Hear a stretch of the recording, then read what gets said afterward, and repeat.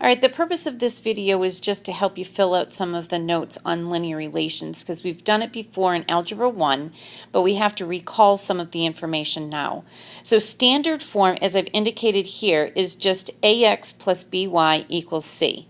Okay, so just fill that in, and you have to recognize that a, b, and c are integers, and a is greater than or equal to 1.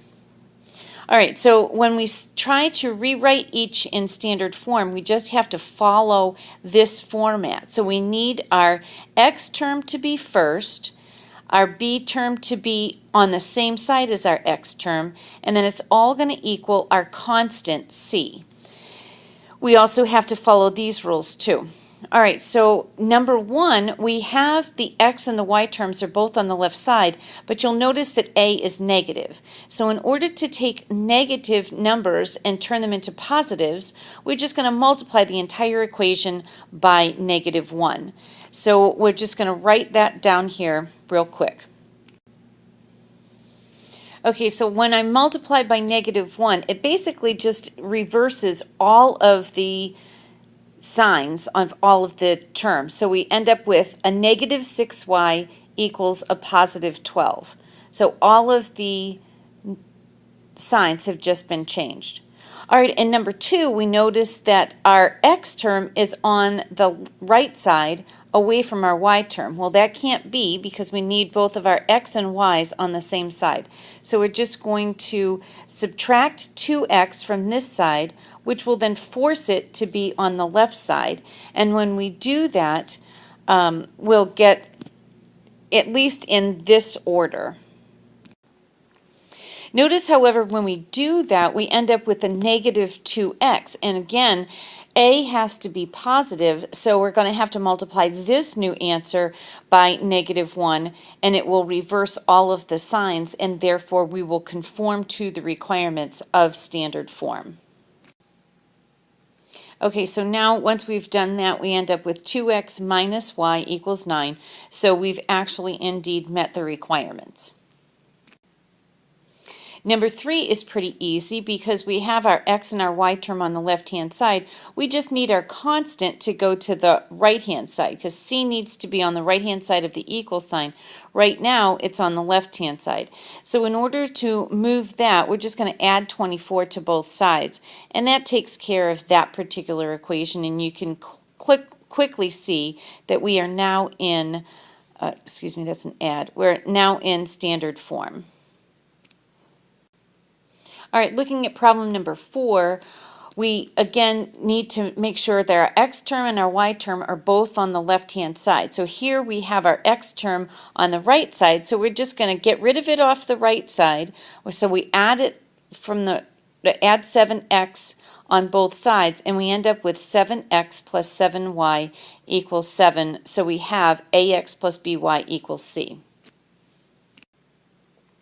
Okay, so now on problem 5, you'll notice that the x term and the y term are both on the left side. They're both together, and the constant is on the right side, but we have fractions. We don't have integers. So in order to get rid of these fractions and turn them into integers, we need to multiply by the least common multiple of the denominators. Since we have a 4 and a 3 in our denominators, we're simply going to multiply by 12 on the whole problem. So we're going to multiply this entire side, both this side by 12 and this side by 12, and that will give us our integers on both on all the way across the equation. So we know that 12 is the same thing as 3 times 4, which is why we used that particular number.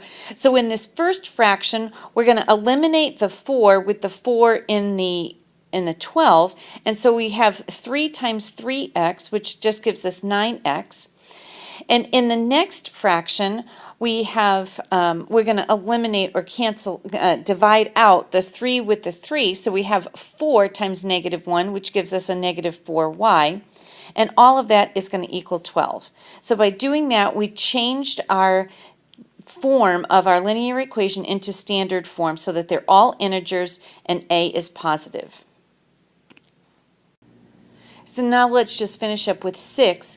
We have a fraction, and we need to create all integers, so we're just going to multiply the whole thing by the denominator, or 6. And when we do that, we're going to multiply both sides by 6.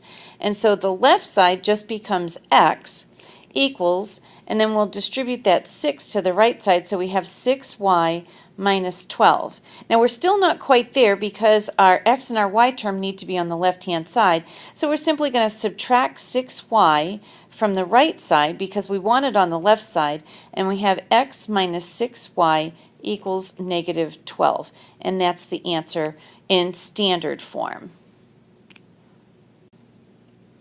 And the last part of this note sheet, it's just some old information that you need to annotate on the sheet. We have slope-intercept form, which is y equals mx plus b, or we can write it f of x equals mx plus b, where m is the slope and b is the y-intercept.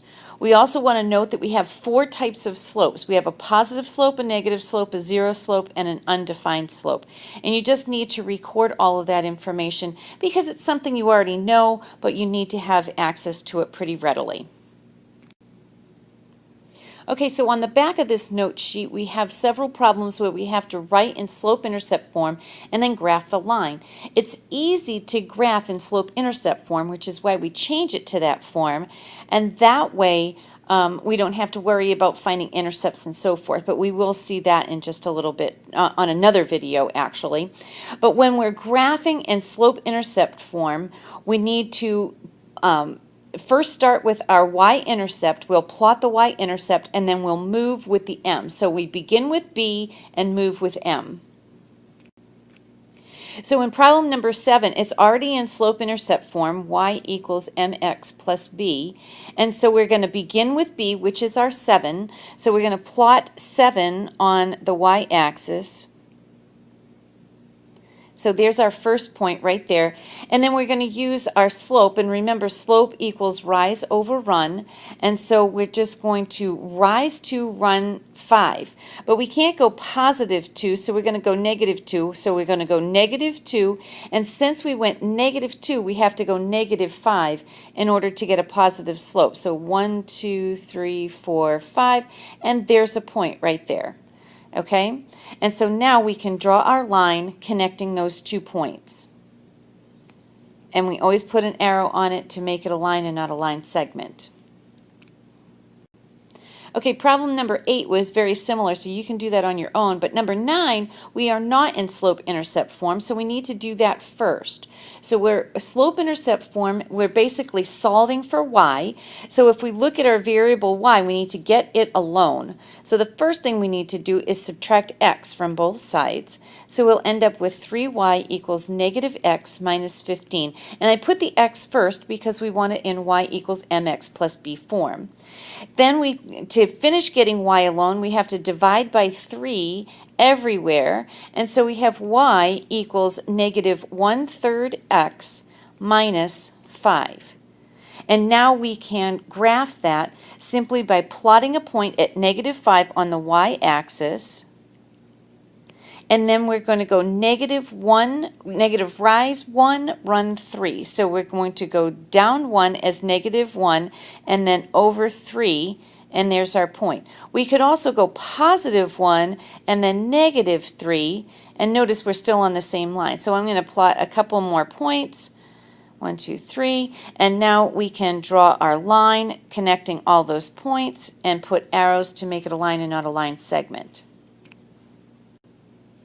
Okay, vertical and horizontal lines. It's not very easy to distinguish, but this is the line that we're looking at right here. So that's a vertical line, and vertical lines mean that they're going up and down like that is, and the equation that we would write for a vertical line would be x equals wherever it crosses the x-axis, because that's the only thing that defines that line. So the equation for this line is x equals negative 3, because all of the y's are included and we just have x's that we have to worry about.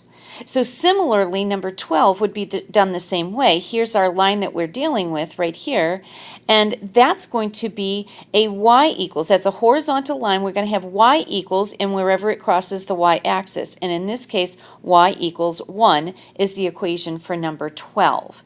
So you just have to pay attention to your vertical and horizontal lines. Whenever they're vertical, it's an x equals. Whenever they're horizontal, it's a y equals. The value is wherever it crosses that particular axis. Now we have parallel and perpendicular lines, and remember, parallel lines never cross. And so if they never cross, then their slopes must be equal. And perpendicular lines are actually, their slopes of negative reciprocals of one another. So we'll see that here in just a minute. Okay, so for number 13, we have to determine whether or not they're parallel, perpendicular, or neither. So first of all, we have to find the slope. Well, the easiest way to find the slope is to put both equations into slope-intercept form, which simply means solve the equation for y, and then we can just look for the m in the equation. So here in number 13, I've solved both of the equations for y, so I have them in slope-intercept form. And you'll notice this first equation has a slope of -2, and the second equation has a slope of -1/2. So when we think about those, we need to decide if they are the same or negative reciprocals of one another. And if neither of those are true, then we don't have to worry about parallel and perpendicular lines. So clearly they are not the same slope. So we know they're not parallel. But we need to remember what negative reciprocal means. So if we think about -2, the negative reciprocal of that, remember -2 is the same thing as -2/1. So when we make the reciprocal, we just turn it upside down. So that would be -1/2, and then we have to take the negative of it, which makes it +1/2. So since the slope of this line is -1/2, it is not the negative reciprocal of this line, because it would have to be positive, in order for it to be the negative reciprocal.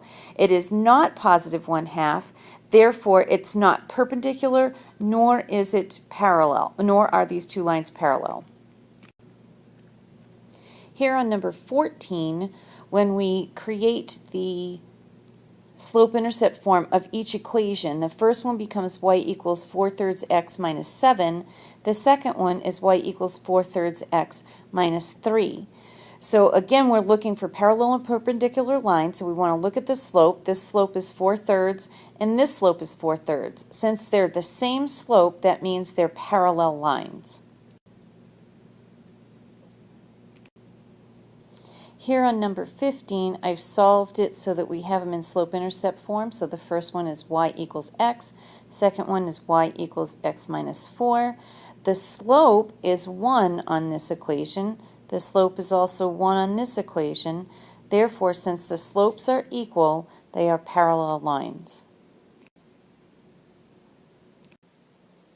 Here on problem 16, it's a little more difficult to evaluate the slopes, but we have to look at the two lines. And so the red line, x equals 2, is a vertical line, whereas y equals 2 is a horizontal line, and vertical and horizontal lines are always perpendicular to one another.